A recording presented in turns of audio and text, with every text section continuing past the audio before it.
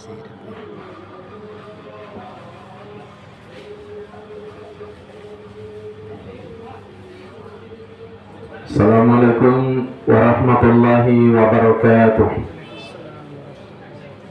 Innal hamdalillah nahmaduhu wa nasta'inuhu wa nastaghfiruh wa na'udzu billahi min shururi anfusina wa min sayyiati a'malina. May yahdihillahu fala mudilla lahu wa may yudlil fala hadiya lahu. Wa ashhadu an la ilaha illallah wahdahu la syarika lahu wa ashhadu anna Muhammadan 'abduhu wa rasuluh. Ya ayyuhalladzina amanu taqullaha haqqa tuqatih wa la tamutunna illa wa antum muslimun.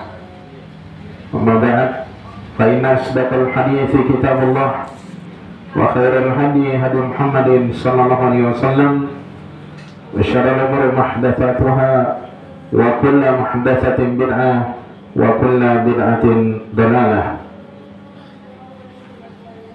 Hadirin sekalian yang kami muliakan, alhamdulillah di malam hari ini kita kembali melanjutkan kajian rutin kita dalam membahas kitab Muamalatul Hukam, sikap muslim terhadap penguasa, terhadap pemerintah muslim.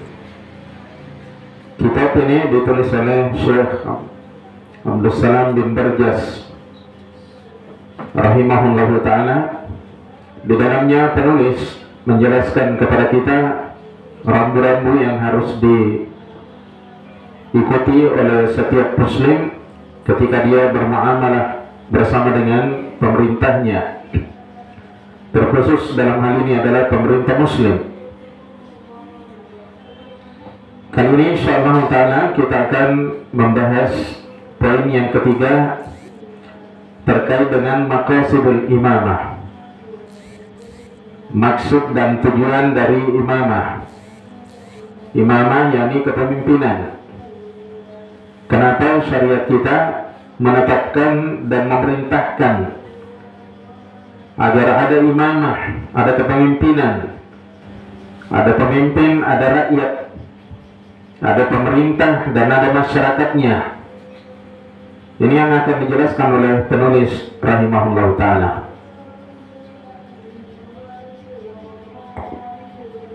Di dalam poin yang ketiga ini, penulis ingin mengisyaratkan kepada kita tentang pentingnya masyarakat itu memiliki imamah, memiliki kepemimpinan, supaya masyarakat tidak hidup dalam keadaan tanpa aturan, sehingga ketika tidak ada aturan, mereka akan hidup seperti halnya binatang-binatang yang ada dalam hutan belantara.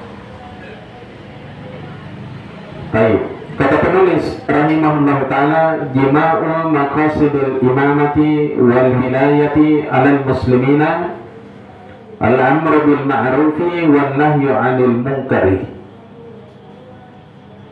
Inti tujuan dari imamah, tujuan dari kepemimpinan ini atas kaum muslimin adalah amar ma'ruf nahi munkar. Ya, jadi apa tujuannya? Untuk menegakkan amar ma'ruf nahi munkar. Ya, memerintahkan perkara yang ma'ruf dan melarang dari sesuatu yang munkar. Jadi kalau tidak ada imamah, maka tujuan ini tidak akan bisa terlaksana, tidak akan bisa tercapai tanpa adanya imamah. Orang tidak akan bisa memerintahkan yang ma'ruf, yang baik. Orang tidak akan bisa menghalangi, mencegah dari kemungkaran yang dilakukan oleh suatu masyarakat, sebagian orang, kecuali dengan adanya imamah, kepemimpinan. Kadang pun misalnya, kadang ada pemimpin saja, masyarakat masih banyak yang berani ya melanggar aturan-aturan, ya melakukan kemungkaran, sebaliknya meninggalkan kewajiban-kewajiban agama. Padahal sudah ada pemimpin. Bagaimana kira-kira kalau tidak ada pemimpin? Ya, coba kita bayangkan ya, kalau tidak ada pemimpin, maka orang yang kuat akan memakan dan menerkam orang-orang yang lemah. Orang-orang yang dizalimi tidak akan bisa menuntut keadilan atas seorang yang telah menzaliminya. Ya, ini yang diatarnya yang diinginkan di balik imamah ini, adanya imamah tujuannya supaya kaum muslimin bisa menegakkan amar ma'ruf nahi munkar. Kaum muslimin bisa memerintahkan sesuatu yang baik, sesuatu yang ma'ruf. Sebaliknya mencegah sesuatu yang munkar, mencegah adanya kekafiran, bid'ah, yang maksiat, pelanggaran-pelanggaran, kedoliman-kedoliman. Ini tujuan dari imamah. Iya. Karena qala al-Maula Jalla wa Ala, sebagaimana al-Maula Jalla wa Ala, yakni Allah Jalla wa Ala berfirman, yakni di dalam surah Al-Hajj pada ayat yang ke-41, situ dikatakan oleh Allah Subhanahu wa taala, alladzina immakkannahum fil ardi, orang-orang yang apabila kami berikan kedudukan kepada mereka di muka bumi, aqamus salata wa atawus zakah, mereka ini menegakkan salat, wa atawus zakah, menunaikan zakat, wa amaru bil ma'ruf, mereka memerintahkan sesuatu yang ma'ruf, wa nahaw 'anil munkari, dan mereka juga melarang dari perkara yang munkar. Walillahi 'aqibatul umur, dan kepada Allah Subhanahu wa taala kesudahan perkara-perkara. Ayat ini jemaah sekalian menunjukkan kepada kita bahwasanya orang-orang yang diberikan kepemimpinan oleh Allah Subhanahu wa taala ada kewajiban di atas pundak mereka untuk menegakkannya. Pertama, tugas itu adalah mendirikan sholat. Pemerintah punya kewajiban memantau, mengawasi, memerintahkan, menganjurkan rakyatnya untuk menunaikan sholat, karena ini merupakan haknya Allah Subhanahu wa taala. Yang kedua adalah menunaikan zakat, karena ini adalah hak manusia atas manusia yang lainnya. Haknya orang-orang yang punya hajat atas orang-orang yang punya kemampuan, punya harta. Ya. Yang ketiga, tugasnya adalah menegakkan, ya, memerintahkan yang ma'ruf. Sesuatu yang ma'ruf artinya sesuatu yang dikenal kebaikannya dalam syariat.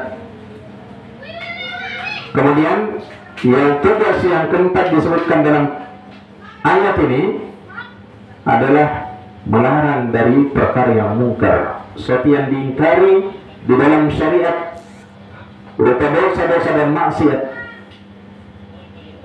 Ya, jadi tugas orang-orang yang diberikan amanah oleh Allah Subhanahu wa taala, ketika dia diangkat menjadi pemimpin di kalangan manusia, ada tugas, 4 tugas pokok yang disebutkan di dalam ayat ini, ayat yang ke-41 dari surat Al-Hajj. Ya.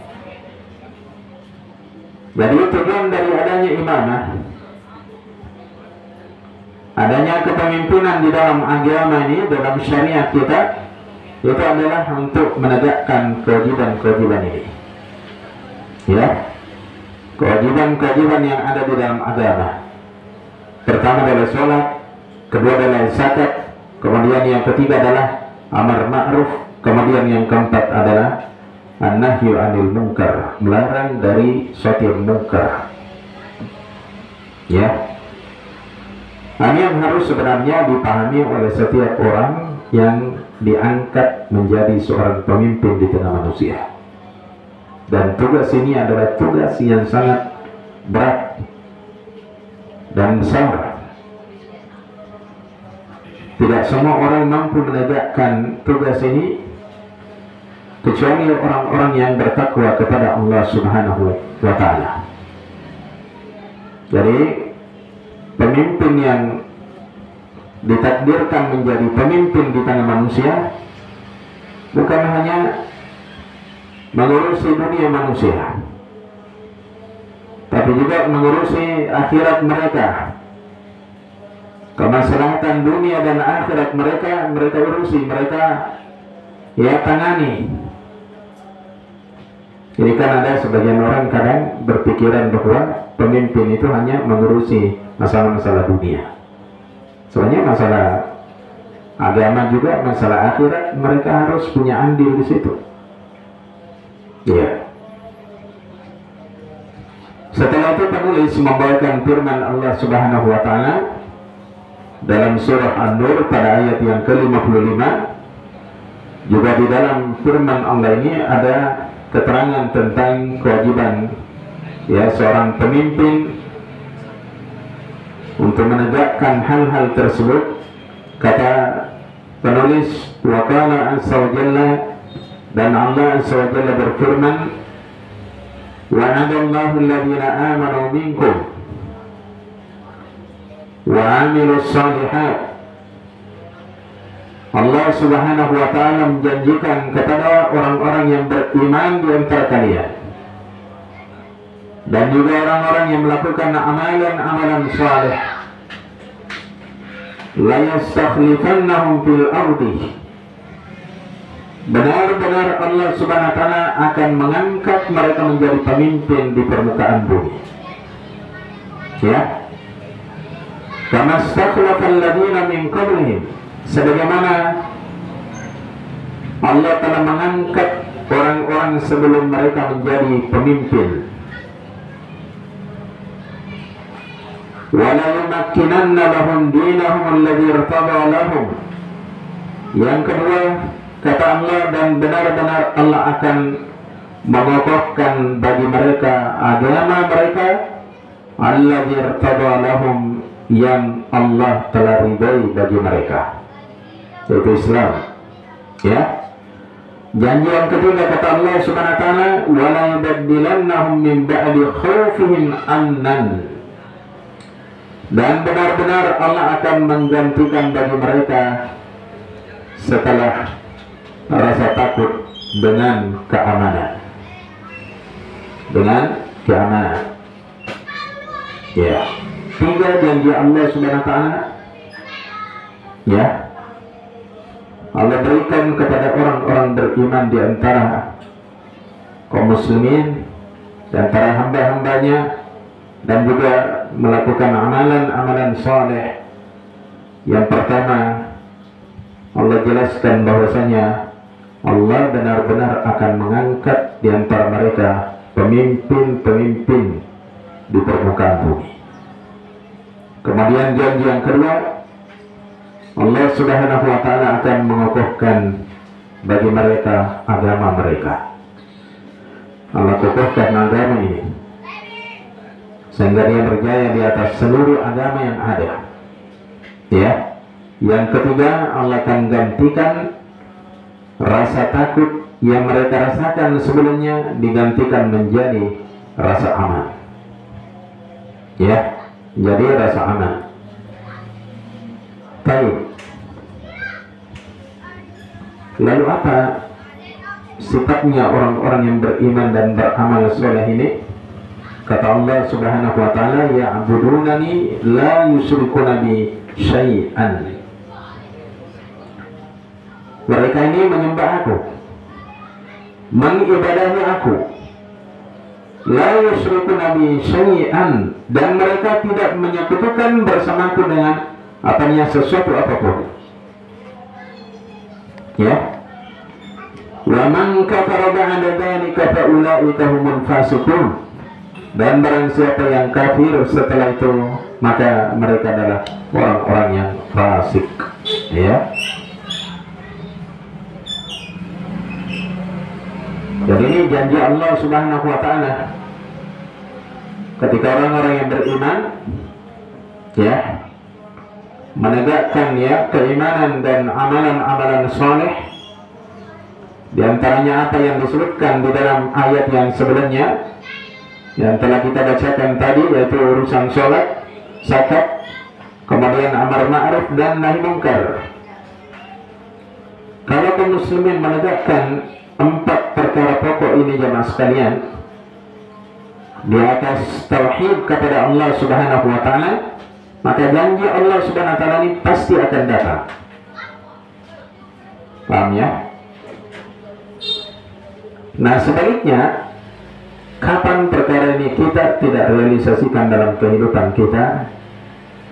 Banyak di antara kita masih tidak sholat, masih banyak yang tidak bayar zakat, masih banyak orang yang membenci ya kebenaran, sebaliknya menyukai kebatilan ya, menyukai dosa dan maksiat. Maka kita jangan terlalu banyak berharap Allah akan mendatangkan 3 janji yang Allah sebutkan di dalam ayat yang ke-55 dari surah An-Nur ini. Ya. Jadi kalau masih banyak di antara kita ini tidak sholat, ya, jangan kita terlalu berharap. Masih banyak yang bermaksiat, masih banyak yang teler-teler, minum balok, ya, masih banyak narkoba. Kita jangan terlalu banyak berharap kemuliaan dan kejayaan bagi umat ini. Bahkan boleh jadi yang kita dapatkan adalah kehinaan. Ya, boleh jadi yang kita dapatkan adalah kehinaan. Hadirin sekalian yang kami muliakan, setelah itu penulis menukilkan kepada kita ucapan dari Syekhul Islam Ibnu Taimiyah rahimahullah. Qala Syekhul Islam Ibnu Taimiyah rahimahullah taala, katanya Syekhul Islam Ibnu Taimiyah rahimahullah taala berkata, yakni di dalam kitabnya Majmu' Al-Fatawa pada jilid 28 halaman 262.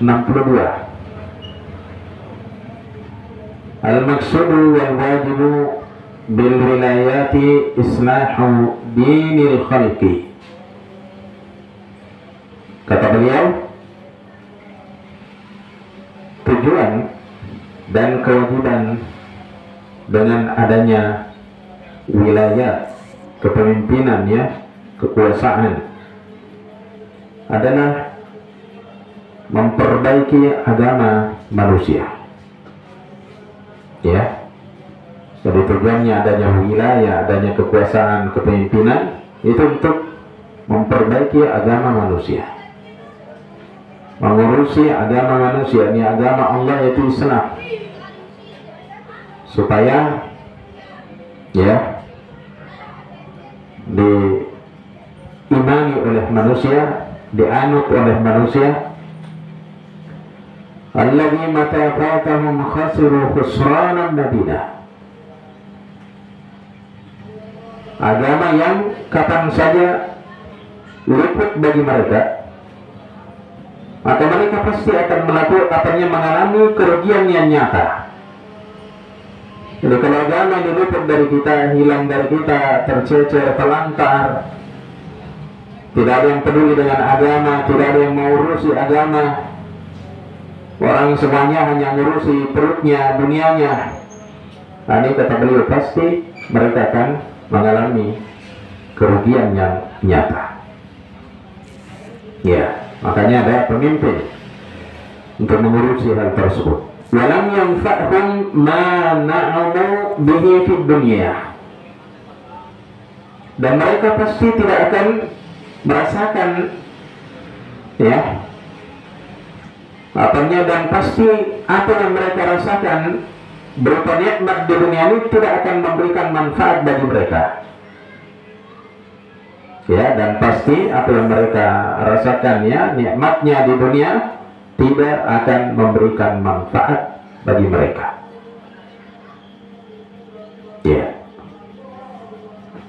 Jadi bagaimanapun lezatnya ya, kayanya kita, tingginya jabatan kita, ketika agama ini kita telantarkan, kita tidak perhatikan, hakikatnya kita telah mengalami kerugian yang besar, kerugian yang nyata. Baik. Ini yang pertama. Tujuan dan kewajiban dengan adanya kekuasaan, ya, kepemimpinan itu untuk memperbaiki agama manusia. Yang kedua kata beliau, wa islahu ma yaqumu ad-dinu illa ma la yaqumu ad-dinu illa bih min amri dunyahu. Kedua, tujuan yang kedua adalah memperbaiki sesuatu yang agama ini tidak akan tegak kecuali dengannya, min amri dunyahum, berupa urusan dunia mereka. Karena agama ini kan butuh, ya, penopang berupa harta, ya, dana, ya, itu butuh dana, ya, butuh tenaga, butuh pikiran, ya. Jadi ini tugas utama seorang pemimpin. Dua tadi, ya, memperbaiki agama manusia. Kemudian yang kedua, memperbaiki sesuatu yang tidak akan tegak agama itu kecuali dengannya, berupa urusan dunia mereka. Jadi memperbaiki urusan dunia. Jadi kalau kita sederhanakan, tugasnya untuk memperbaiki agama, yang kedua memperbaiki urusan dunia. Itu tugas pemimpin. Adanya pemimpin untuk menegakkan dua hal ini. Paham, ya? Untuk menegakkan dua hal ini. Fa'afada rahimahullahu anna maqasid al-imamati tatamathalu fi maqsidaini azimaini. Jadi Ibnu Taimiyah rahimahullah memberikan faedah bahwa tujuan imamah, ya, tergambar dalam dua tujuan yang besar, ya, tergambar, terwujud dalam dua tujuan yang besar. Al-awwalu, yang pertama kata beliau adalah al-qiyamu bidinillahi azza wa jalla. Yang pertama adalah untuk katanya mengurusi agama Allah azza wa jalla, ya, menangani agama Allah azza wa jalla, yaitu Islam. Jadi kalau kita jadi pejabat pemerintah, jangan lupa agama, ya.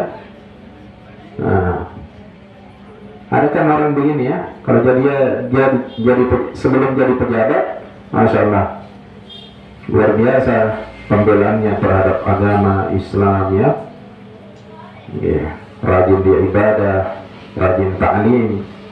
Tapi setelah dia menjadi penguasa, pemimpin, dia lupa, ya, ibadahnya, lupa sholat jamaahnya, lupa agamanya, sampai muncul istilah di tengah manusia, katanya sebelum dia jadi pemimpin, masya Allah, rajin dia baca ayat kursi. Setelah dia dapat kursi, lupa ayatnya, tinggal kursinya. Ya, karena ada ungkapan seperti itu, ya. Ya. Padahal dia jadi pemimpin, diberikan amanah oleh Allah Subhanahu wa Ta'ala, bukan untuk melupakan agamanya. Justru dia cari jalan bagaimana mendakwakan agama ini, menyebarkannya, memperkenalkannya kepada manusia, walaupun mungkin dengan cara-cara yang halus, ya. Jangan justru ketika dia jadi pemimpin dia melupakan agamanya, ya. Wasani, yang kedua adalah al-qiyamu bima yusluhu dunya. Mengurusi, tujuan yang kedua mengurusi sesuatu yang bisa memperbaiki dunia. Nah, ini dunianya kaum muslimin atau manusia pada umumnya, ya, ala wafqi ma ja'a bihi syar'ul mutahharu wa adahahu, berdasarkan sesuatu yang dibawa oleh syariat yang suci ini. Wa abahahu, dan dibolehkan oleh syariat. Ya. Jadi berdasarkan apa? Berdasarkan sesuatu yang dibawa oleh syariat ini, yakni berupa pedoman, ya, hukum-hukum, ya, syariat. Dan juga berdasarkan sesuatu yang dibolehkan di dalam agama, dibolehkan oleh agama syariat. Ya. Faraja'al amru kulluhu fi siyasatil ummati ilallahi wahdah. Jadi kembalilah urusan itu seluruhnya dalam mengatur umat ini, ya, semua urusan dalam pengaturan umat ini itu kembali kepada Allah saja. Kemudian beliau memetik sebuah firman Allah Subhanahu wa taala, inil hukmu illa lillah. Tidaklah keputusan itu kecuali milik Allah Azza wa Jalla. Ya, memutuskan sesuatu tentunya berdasarkan syariat. Kita jadi pemimpin, upayakan kita berjalan di atas petunjuk syariat kita. Ya, jangan asal jalan, jangan asal memimpin manusia, tapi senantiasa kita kembalikan urusan-urusan kepemimpinan itu, apakah yang terkait dengan urusan dunia apalagi agama, dikembalikan kepada Allah Azza wa Jalla. Jangan kembalikan ke hawa nafsu. Menurut saya begini, dan menurut Allah, iya, dia tidak mau tahu. Akhirnya dia memutuskan di antara manusia berdasarkan hawa nafsunya. Oh, menurut saya bagusnya begini. Walaupun ya menurut Allah tidak begitu, tidak bagus, tetap dia langgar. Ya, ini pemimpin yang mengikuti hawa nafsunya. Ya. Jadi kata penulis, faraja'al amru kulluhu fi siyasatil ummati ilallahi wahdah. Jadi kembalilah urusan itu seluruhnya dalam mengatur umat ini kepada Allah saja. Inil hukmu illa lillah, tidaklah keputusan itu kecuali kepada Allah, yakni kembali kepada Allah atau milik Allah. Fadilullahi al-Islam alladhi ba'atha bihi nabiyyana Muhammadan sallallahu alaihi wasallam wa khatamul adyani. Agama Allah yaitu Islam yang dengannya Allah mengutus Nabi kita Muhammad sallallahu alaihi wasallam. Dia merupakan penutup agama-agama. Wa akmaluha, dan paling sempurnanya. Kenapa jemaah sekalian? Ja'a litandimi masalihin nasi. Islam telah datang untuk mengatur kemaslahatan manusia. Bidin wa dunia, dalam urusan agama dan dunia. Ya. Jadi agama kita ini luar biasa ya. Ya. Bagi orang yang pernahnya mengerti Al-Quran dan Sunnah, kalau mempelajari banyak hadis-hadisnya Nabi SAW, dia akan melihat, dia akan tahu bahwasanya agama ini agama yang luar biasa sempurnanya. Ya. Sampai urusan-urusan kecil diurusi, apalagi urusan besar seperti urusan pemerintahan, ya. Nah,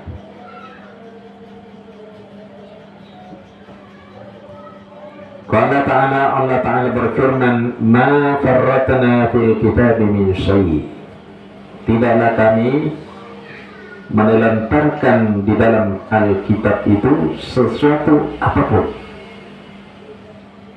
sekecil apapun. Semuanya telah dibahas oleh Allah Subhanahu wa taala di dalam Al-Quran. Jadi semua dasar-dasar kebaikan dan kemaslahatan manusia yang terkait dengan agama dan dunia mereka, dasarnya, usulnya, prinsipnya ada dalam Quran. Semua ada dalam Quran. Cuma tidak setiap orang mengerti. Yang mengerti itu ulama. Ya, tidak semua jauh ulama. Ulama yang sangat mendalam ilmunya. Ya. Jadi kata Allah Subhanahu wa taala dalam surat Al-An'am pada ayat yang ke-38, "Ma farratna fil kitabi min syai'." Tidaklah kami menelantarkan di dalam Alkitab, yakni di dalam Al-Qur'an, sesuatu apapun. Kata min syai', orang Arab katakan min syai'. Syai'un itu biasanya sesuatu yang sedikit, sesuatu yang remeh, kecil. Ya. Betul-betul Allah Subhanahu wa taala tidak meninggalkan, tidak menelantarkan sesuatu yang sekecil apapun kecuali telah diterangkan dasarnya di dalam Al-Qur'an. Paham ya? Nah, ini berkaitan syai'. Ya. Syai' min syai'in. Ini belajar usul fikih, dia akan tahu kalau ini lafaz umum, mencakup semua perkara. Ya. Wa qala, dan Allah juga berfirman ini dalam surah An-Nahl pada ayat yang ke-89, wa nazzalna 'alaikal kitaba tibyanan likulli syai'. Dan kami turunkan kepadamu, yakni kepada Nabi SAW, Alkitab yaitu Al-Quran, sebagai penjelas, sebagai penerang bagi segala sesuatu. Ya, bagi semua sesuatu, ya, segala hal. Wa hudan wa rahmatan wa busyra lil muslimin, dan juga sebagai petunjuk, rahmat dan berita gembira bagi orang-orang muslimin. Ya, bagi orang-orang beriman. Jadi Al-Quran ini datang menerangkan kepada kita kemaslahatan kita, maslahatan terkait agama dan dunia kita ada di dalam Al-Quran. Keterangannya ada dalam Quran. Cuma tentunya tidak setiap orang memahaminya dengan baik. Makanya Nabi SAW datang merinci, ya, dasar-dasar dan usul, prinsip-prinsip tersebut. Ya, makanya Nabi bersabda dalam riwayat Abu Daud dalam sunannya, "Inni utitul Qur'ana wa mithlahu ma'ah." Sesungguhnya aku ini diberikan Al-Quran dan sesuatu yang semisal dengan Quran, yakni wahyu selain dari Al-Quran. Makanya Nabi SAW selain didatangi Jibril untuk membacakan ayat-ayat Al-Quran, juga Jibril datang, ya, menerangkan makna-makna dari ayat-ayat Al-Quran yang telah diterima oleh Nabi SAW. Ya. فمن زعم أن هذا الدين العظيم فرط في بعض ما يحتاجه الناس في أمر الدين أو سياسة الدنيا, karena itu barang siapa yang mengklaim, ya, yang mengaku bahwa mengaku, ya, mendakwakan bahwasanya agama yang besar ini, Islam maksudnya, menelantarkan, ya, dalam sebagian perkara yang dibutuhkan oleh manusia, baik itu dalam urusan agama ataukah pengaturan dunia mereka, faqad radda 'ala Allah azza wa jalla. Maka sungguh orang yang mengklaim seperti ini telah, ya, membantah Allah Subhanahu wa taala. Ya, faqad radda 'ala Allah azza wa jalla khabara. Maka sungguh orang ini telah membantah berita Allah atas Allah. Artinya dia tolak. Fakhaba wa khasira khusranan mubina, sehingga dia pun, ya, gagal dan merugi dengan kerugian yang nyata. Jadi ada sebagian orang berpikiran seperti itu, ya, bahwasanya agama kita ini katanya tidak mengurusi masalah pemerintahan, masalah politik, sehingga kita katanya harus mengambil politik-politik orang kafir, dari Amerika, dari Prancis, dari Belanda. Dia mengira bahwasanya politik dan urusan kepemimpinan itu tidak ada dalam Islam. Ini kan kejahilan ya. Ya. Ini adalah kejahilan jemaah sekalian. Oleh karena itu para ulama kita menulis kitab-kitab yang terkait dengan ahkam sultaniyah. Seperti Al-Mawardi rahimahullah, beliau menulis kitab judulnya Ahkam Sultaniyah. Di situ beliau menguraikannya tentang petunjuk-petunjuk syariat dalam masalah sultan ya, dalam masalah kepemimpinan. Itu ada dalam agama kita. Tinggal kita ini mau belajar atau tidak, mau menggali atau tidak. Ya. Jadi semuanya sudah ada dalam Quran, dalam hadisnya Nabi SAW. Kemudian disyarah, diuraikan oleh para ulama kita. Mereka rinci, mereka jelaskan di dalam kitab-kitab mereka. Sudah ada. Cuma kita ini malas belajar. Cuma kita ini jauh dari agama. Lalu mencari petunjuk dan pedoman-pedoman lain yang dijadikan rambu-rambu dalam urusan dunia mereka. Akhirnya apa? Tersesat.